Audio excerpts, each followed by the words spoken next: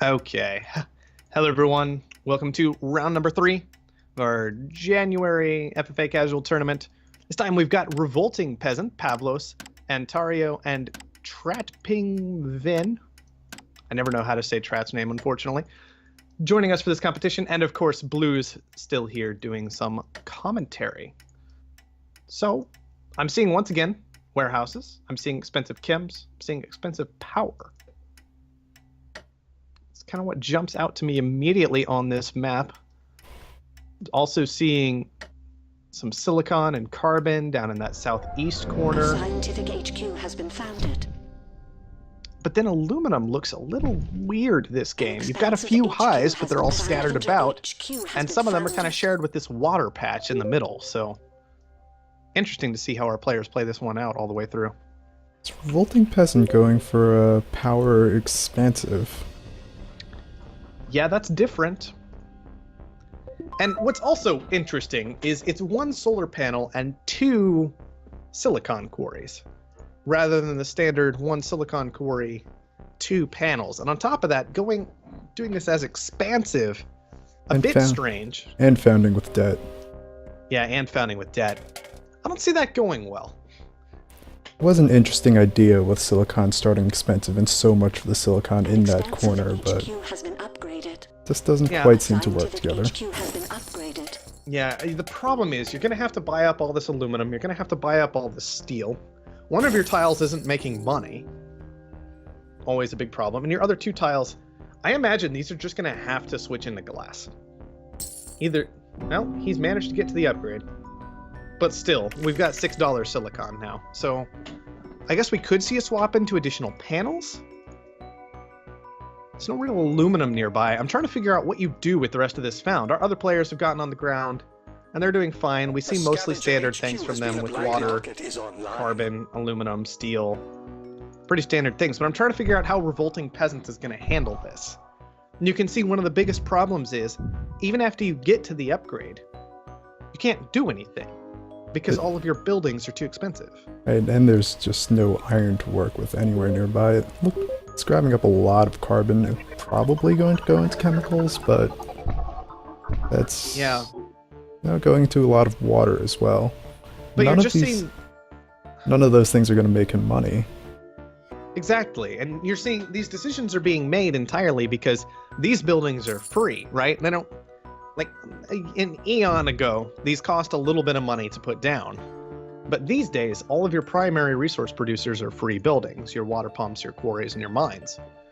And so that's what's kind of driving this decision from Revolting Peasant. And now Revolting Peasant is going to be in a position where glass is continually getting more expensive. There are only 2 steel users and producers this game, besides Revolting Peasant. So they should be able to keep steel under control if they decide to. And there's not even any aluminum production for him to maybe hit that on some spikes up. And so I'm really concerned about this. If it weren't for all this debt that Revolting Peasant acquired on founding, then these solar panels could work out. And maybe they still will, depending on how our other players handle power. But things are just looking really, really risky, and unfortunately, you've already got, like, everybody else went for the level 2 geotherm because power was getting so expensive so quickly. Except for Ontario, who still went for the level 2 wind turbines. So, things are not looking okay in the Revolting Peasant corner right now. Looking at what he did with carbon makes me wonder if that was just a misfound. Maybe that was supposed to be a scavenger found. But maybe. It would be going a little better, at least, probably, as scavenger. Not too much. I think it's just a situation where if you're gonna put down power that early in the game, you pretty much just have to found with no debt. And my biggest concern about the whole thing was just how early it happened, because the territory wasn't valuable enough to take on the debt when you've got some other acceptable locations, I would say, this game, especially with we've got silicon kind of in the middle of the southern portion of the map, and that really cuts into the value of Revolting Peasants found, I would say. And at this point, the main value of the silicon making the glass Well, Revolting Peasant never really got into that. It's really Trat that's taking advantage of the whole warehouse colony. Yes. This is an interesting choice of claim from Pavlos. We've been harping on this found so much because it's frankly the most interesting thing of this game, because I don't see anything like this very often, so I like to talk about it when that kind of thing does happen. But I find this claim from Pavlos interesting. So it's got 5 warehouse adjacency. So later on, that could be a really impressive off-world. But with dynamite there to attack it, we'll have to see how that goes. But for now, it's just a patent lab. So it's a patent lab without any bonuses at the moment, and this is a really, really heavy commitment to the late game happening right now, saying, I want my 50% bonus off-world later, and I'm going to commit to it right now. Yeah, definitely have to wonder if it's going to pay off with both circuit overloads and the dynamite available. Exactly, and that's the real trick, is not only do you have the dynamite, you have spies and circuit overloads. So people are going to know when that off-world is ready to hit, if this ever turns into an off-world. And even right now, the tile is a bit more vulnerable to dynamite than normal, simply because you get all that extra distance for the repair drone to travel, which is not a fast thing. Pavlos at least having a goon down on it and getting another goon ready. So, going to have the teleportation secured. Now, this is one advantage of it, because the only explanation I have for Antario's patent lab getting blown up instead of Pavlos is that Trat maybe didn't even see Pavlos' patent lab.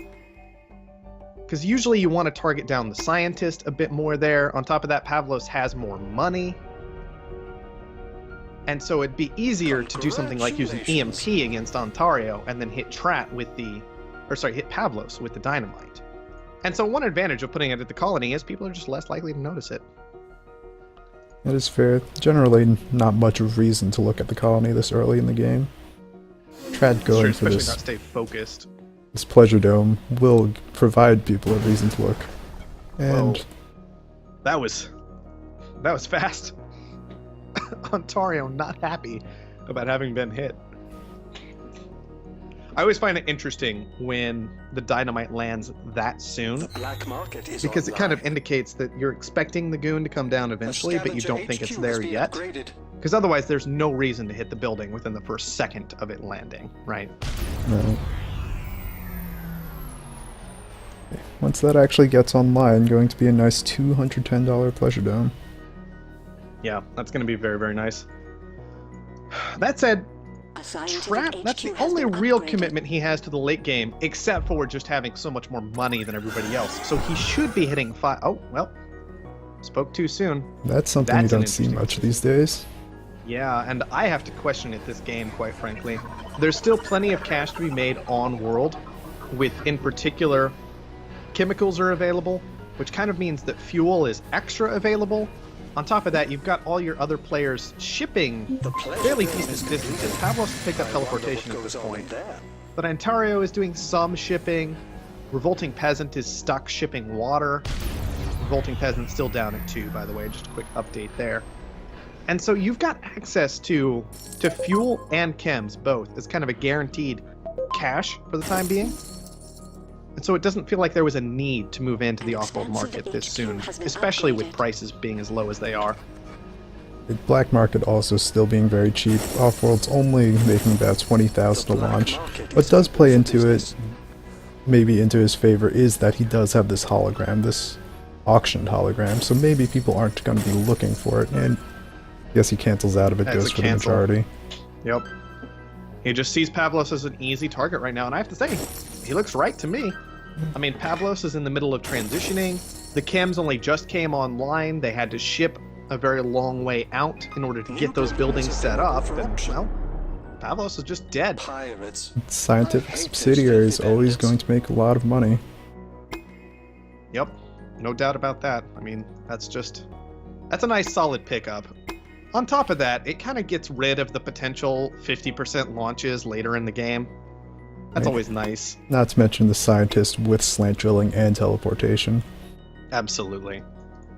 Always great when your scientific subsidiary has some nice patents already, because they're not going to pick up any extras.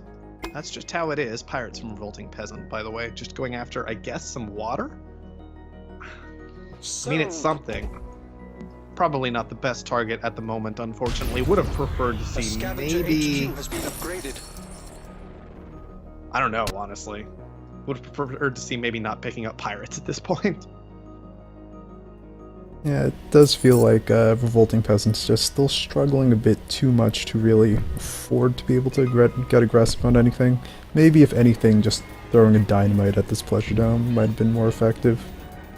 Yeah, honestly, when you're this far behind, there is an argument for just staying out of the black market and scraping together every last bit of cash you can. Just to get back into the game. This power production, I mean, it's decent, but once again, still $61,000 of debt. Kind of the downside to not expanding quickly is you just can't get all of the production you need online to kind of combat even the small amount of debt you're getting. The black market is Yeah, online. really struggling over in his southeast corner is Revolting Peasant. Meanwhile, Trat has a fair amount of debt once again, but not The patent lab is Not ready so to much begin that he's research. spiraling out just yet. Not even really at risk of it, as long as he just pays attention. You can see even this tick. He barely was in that C range, and so he's stuck there, even after the interest tick. But he is going to need to get a handle on this before too long. Geotherm getting blown up in particular is going to be saddling him with significantly more debt. You can see he's gaining a very large amount now. 663 a second, even with complete food, oxygen, and fuel production. Still this one little hologram tile that has nothing in it kind of just makes me sad. At this point, if people hadn't already seen it as suspicious, it's going to be very clearly something eventually. It's true. Alright, well, Revolting Peasant has got all of his stock bought up, which I honestly don't think was a good decision. It'll keep him from getting majority purchased, and I guess that's fine, but unfortunately, the way it works in pretty much any RTS, and off-world trading companies included, is once you This is fall not an behind, option for drugs. No, one of the primary, these are and especially this far illegal, behind, the only real high-performance way you have of diet getting back supplements. into a game when you're this far behind is to take a giant risk. You can't play safe. And sometimes, 95% of the time, you take a giant risk, other players catch you, and you get punished for it, and then you lose. But you were on track to lose anyway. There's no point in making a move that just means you're going to lose slower. You're still losing. What's the point? You may as well flame out and go for that victory. And playing safe like this from Revolting Peasant just isn't going to be a path to victory at this point. I'd much rather have seen him take this cash that he committed to these 3 stock, because this is $50,000, $60,000 right here, and just kept upgrading. I mean, Ontario is already playing riskier than you are, after a fashion. And he's going to be the target for Trat, not you. So, I don't like this idea. HQ has been upgraded. I do have to wonder about how Ontario really got into this position in the first place. Just not having much money at all. He was the first to HQ 5. Just never managed to do much with it. Part of it is definitely getting frozen continuously by Trat. Yeah. That will have a pretty significant impact. On top of that, a lot of Trat's money, it feels like, is coming from Pavlos. I mean, Pavlos is 700 a second. And Trat, a lot of his buildings aren't making a huge amount of cash right now. You've got something from the farms, something from the electrolysis, but nothing is super incredible except for maybe arguably aluminum. And so Ontario, he ended up putting down a lot of power production. His electrolysis is fine when boosted, but you're getting frozen all the time. And I think you really actually hit it right there. Ontario's in a position where the freezes are overly effective, right? Yeah, just all his buildings right in that one little cluster. And I mean, at one point you had 1/2 of the buildings were power production, which got down to $1 very quickly because of that overcommitment, and the other half were reactors. So only 1/2 was even profitable. That half just gets EMP'd, and what are you gonna do? Whereas Trat, you can see for any of our players who are less experienced in chat right now, which I doubt is very many of them, but you know, spreading out these buildings into their own little pods, far more standard move. And the reason for that, of course, being that you're far more resistant to a tool like an EMP when you set up your buildings this way. The game really thinks iron is a valuable tile. Well, I mean, I guess it was for a moment. Sold. And then we had a quick sell down, and I love seeing the charts like this. This is one of my favorite features that got added to the game in the UI at some point. It's just... This is the price charts in the background there. I'm just seeing all those nice little cliffs. Yep. You would not believe who we caught red-handed. Oh boy. And steel, though. Steel staying strong. That's just going to make it difficult for everybody else to get into these off-worlds. I mean, Revolting Peasant in particular. Tripping up over my words there. Going to be having a hard time with this high steel price. And he got the iron, which the game deemed valuable, but of course Trat was simply holding that price up by not selling. And now iron's $4 again.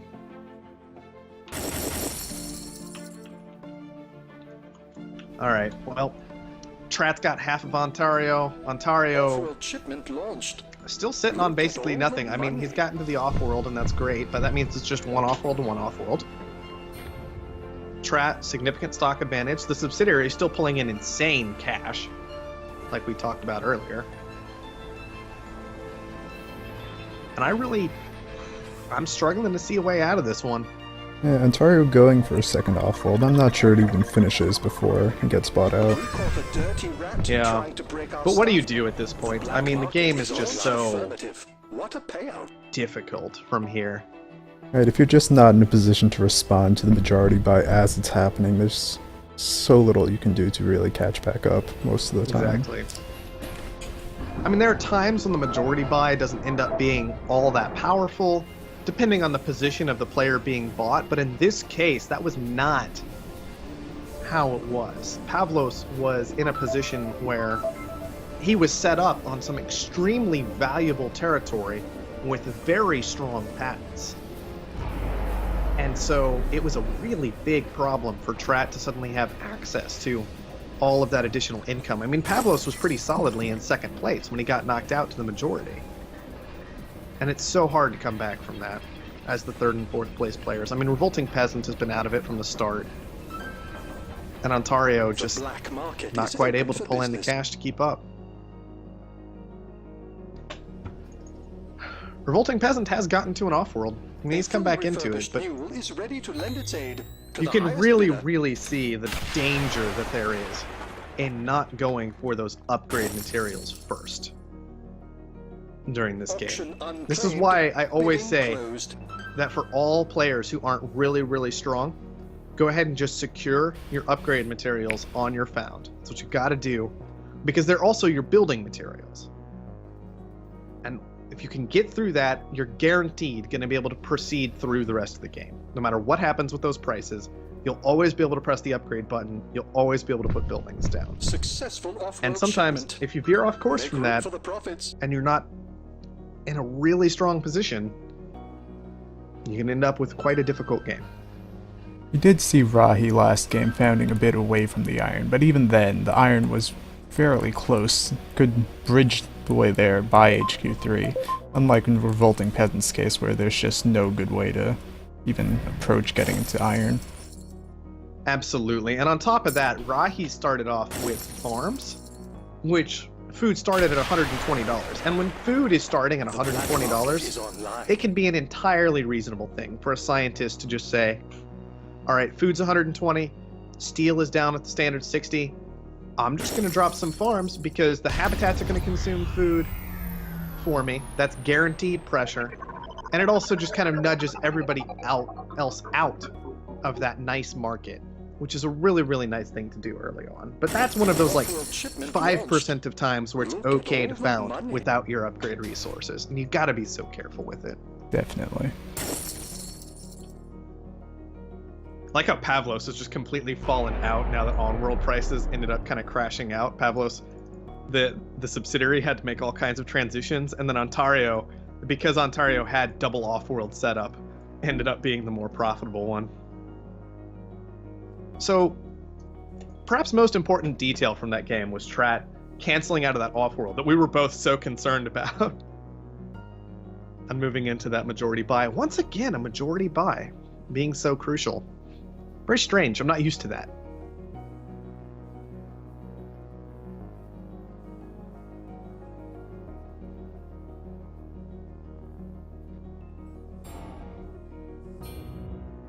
Yeah, Dubin's got a point. Once again, what we were talking about, just got to give Trat credit for realizing he could make the cancel and move into the buy, because so many players wouldn't spot that.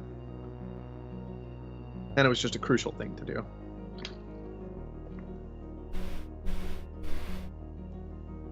Okay, well, once again, we had a not long game on this channel, so I imagine we're going to have a little bit of time before anybody else is ready to go.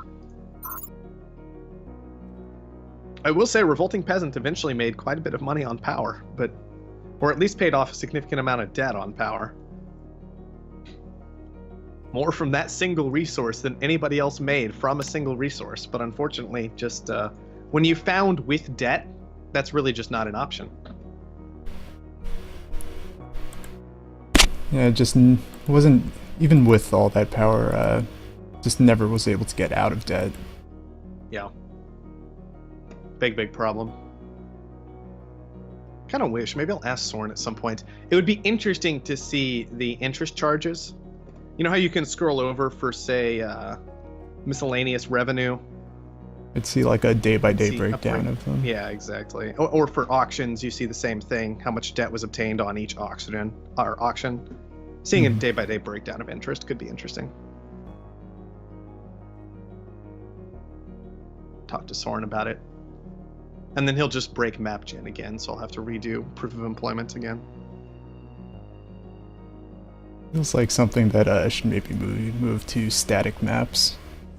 That's what I was thinking, is it would be kind of nice if those were set up on, you know, a set map rather than relying on MapGen, because I thought they were at first. I thought they had been built for it, and then turns out, nope. That's not how it is at all. Right, I think managing expectations in particular is really strange on the current map gen. Interesting. I haven't checked it out on the current map gen because I got those videos knocked out. I was like, all right, I'm not just going to cover how to beat this map. I'm going to talk about general strategies of what you can do at about this level that you should be watching out for and trying to improve on. And now every single time it gets brought up, it's like, this map isn't right. I'm like, God, ugh. Yeah, there's a lot of the current map is so much harder that nothing you're saying applies. That's really sad. I don't know if that's entirely true, but, you know. I mean, that's the feeling, at least. But it is the feeling. Yeah, it's the feeling that a lot of newer players have. Anyway, all that said, I'm planning on... I finally actually just stated to somebody on the subreddit that I'm going to re-record that, so now I'm kind of stuck doing it next week, because I've committed myself. Well, that's always We'll a see good how way that to goes. force yourself to get things done. I know, to actually say you're going to do them, and then you feel bad if you don't follow through, so... Rahi picking up another win. Can't say I'm surprised. Can't say I'm surprised, but still, good work. I think Trat actually picked up his first win there, which is a little bit of a surprise, because Trat's usually a pretty decent player. Right, But, and that was definitely an impressive effort by him. yeah, he did a good job there. It's nice to see him go ahead and earn that victory. So yeah, that's 2 of our games that we have information for right now, Rahi and Trat. The other 3, it looks like, are either still running or haven't reported in just yet. Right, they both Which look is like they're close to wrapping up. That's good. I'm seeing if I can actually get Twitch to cooperate at this point. It's being very sluggish about it, but maybe it'll actually go. Unfortunately, I should check and see what group. Right. This was round 3, so group B is the one that's definitely finished up.